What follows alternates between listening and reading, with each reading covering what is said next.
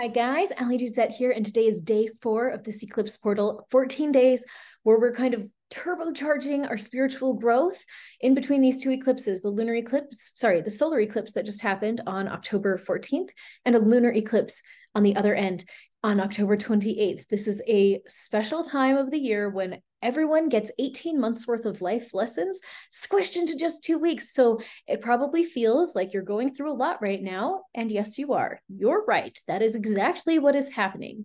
So I'm here to help guide us through it. And it's a fun, exciting time. And I'm so glad that you're here with me to enjoy it and to learn about it. Okay. This is a chart of today, run from about noon in Washington, D.C., which is where I've been running my charts from right now. And today I just wanted to talk about this aspect, this red line between Pluto and the sun. Pluto and the sun is our general sense of self, and Pluto is the energy of death and rebirth. This is a powerful, powerful agent of change. And that red line in between means that there's going to be a lot of tension. If you are feeling a lot of tension with this transit, with what we're going through right now, that's going to be part of it. On a global level, everyone in the world is feeling this tug of war between their sense of self, which our senses of self tend to want to stay the same, and this square to Pluto that's just like, come on, it's time to transform. It's time to move things. It's time to like change what isn't working and find something new. Today, a big question to ask yourself is, what have I been invested in that just isn't working for me? What is it that I need to change in my life to try something new? What is the new thing that I need to try in my own life?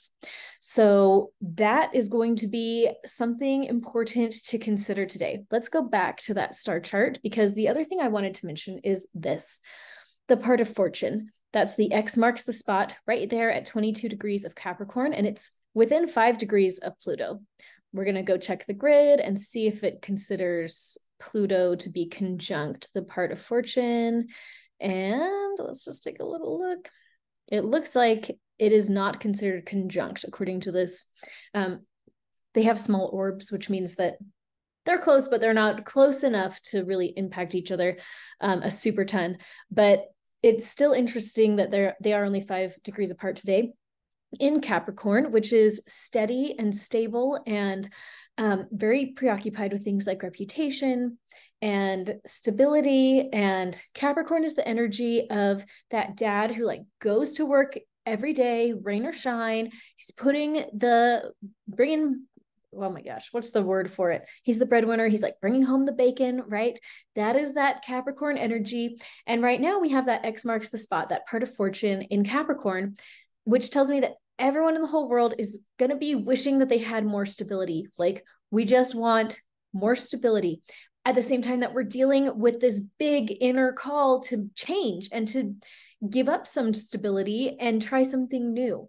So we are going to be dealing with this inner conflict. And that's what we've been talking about for weeks now with this Aries and Libra transit, where Libra is seeking the balance between a lot of things, but we are overarchingly called to find the balance between our balance in relationships and how we're taking care of ourselves. That's my baby. She's getting herself a snack. That's great. Okay.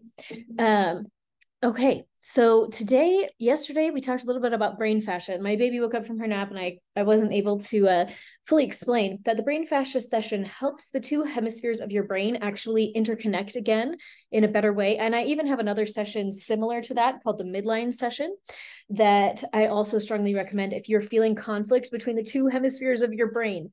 Brain fascia and the midline session are going to be really great for that. Yeah, go take that in the other room, baby. But here, let me show you on my website, share. Okay, this is aliduzzetclasses.com, and this is the brain fascia session from yesterday, which I recommend. It can be very helpful. I had somebody just take it the other day, and she said that she was starting to notice all sorts of spelling errors. Like, she always used spell check, and now she doesn't need to use it as much. She still uses spell check, but she's been like proactively noticing her spelling errors. So the website is aliduzzetclasses.com. And the one that came to my mind to recommend today is about your hands, actually. Let's scroll down. It's in alphabetical order. Hand fascia. There we go. the hand fascia session. Somebody asked me to do that. And it was a really intense session. Here, I'll stop my video while I let you see the screen a little bit bigger, because it has a content warning.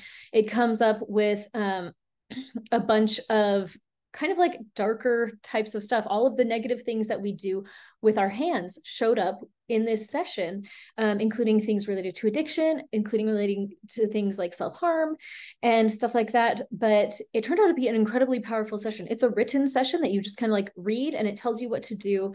But people have reported some big shifts with it. And so my hope is that it will help you today. I don't know exactly how healing our hand energy is going to help us in managing this eclipse cycle, but that is the one that did come to my mind for today.